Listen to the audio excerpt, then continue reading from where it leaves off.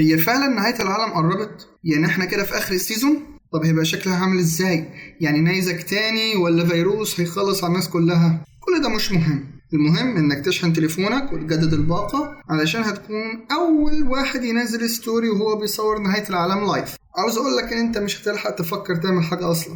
عارف ليه؟ هقولك. يلا بينا. هي مسألة وقت والدنيا هتولع، بس احنا منتظرين الشرارة الاولى كده. اوعى تفتكر اني متشائم، لا بالعكس، عاوز اقولك اني متفائل خالص اننا هنموت قبل ما نعرف اننا متنا بشويتين حلوين. واحد يرد عليا ويقول لي ونعم التفاؤل يا كابتن. يا عم اصبر هفهمك. كلنا عارفين يا ابو الصحاب ان امريكا هي اقوى دولة في العالم لانها بتمتلك اقوى سلاح جو بيطير على مسافات بعيدة وبيضرب اي هدف بدقة. خلي بالك على نفسك يعني. طب روسيا تسكت؟ انت تعرف عن روسيا كده؟ تقوم روسيا باختراع سلاح جديد هيغير موازين القوة في العالم. واحد يقول لي طب الميزان ده يا كابتن بتاعك مظبوط ولا انت حرامي بتسرقني في الميزان؟ ترم نفسك يا صاحبي، بلاش تغلط، انت متربي وركز، بلاش تفاهة. موجود في اغلب دول العالم حاجة اسمها الصواريخ الباليستية، بالانجلش باليستيك ميسل. واحد يقول لي بلاستيك ميسل؟ ايه بلاستيك يعني؟ يا صاحبي اسمها باليستيك ميسلز. دي صواريخ بتقدر تسافر لاماكن بعيدة وممكن تضرب اي دولة حسب نوع الصاروخ، زي الصواريخ العابرة للقارات. عابرة للقارات دي بتعبر ازاي يا كابتن؟ بري يعني ولا على مركب؟ بطل تفاهة، ركز شوية، ركز.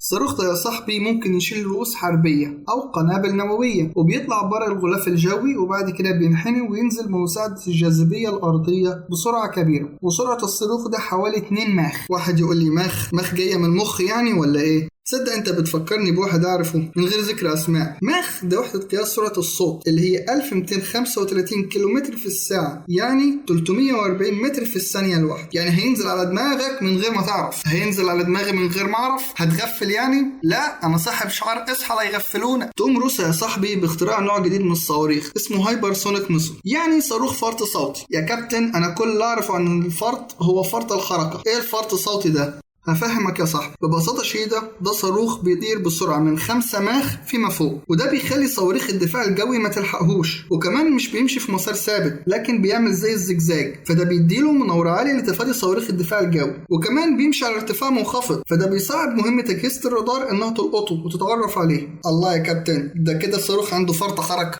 بس مركز مش زيك، يعني بيسيب هدفه بدقة عكس الباليستي العادي اللي بيمشي في مسار ثابت وبسرعة بطيئة جدا، فده بيخلي الرادار يتلفاه وصواريخ الدفاع الجوي تجيبه. وكمان حتى لو وصل معدل الخطأ بيبقى عالي. واحد ممكن يقول لي يا كابتن انا حاسس اني مش فاهم حاجة خالص. عايز اقولك يا صاحبي ده مش احساس، ده اكيد. اسمح لي اديلك مثال. روسيا عملت صاروخ سمته سرمات يعني الشيطان، وده اطلقت عليه صاروخ يوم القيامة. طب ليه؟ الصاروخ ده من سرعته يقدر يروح لندن في 200 ثانية، يعني يقدر يقصف لندن في 200 ثانية بس. يعني انت ما تلحقش تفكر هو فيه ايه. ويقدر يضرب امريكا في 14 دقيقة، يعني يروح من روسيا لغاية امريكا اللي هي اصلا في قارة تانية في 14 دقيقة بس، يعني مش محصل كمان ربع ساعة. طيب ايه القدرة التدميرية للسلاح ده؟ الصاروخ ده يقدر يشيل 15 رأس نووي. خد بالك الرؤوس النووية كمان اتحدثت، مش زي اللي نزلت على هيروشيما او ناجازاكي. فبالتالي الصاروخ ده حرفيا يقدر يشيل الدولة بحالها. ايه رأيك يا صاحبي؟ بصراحة يا كابتن انت قنبلة التفاؤل.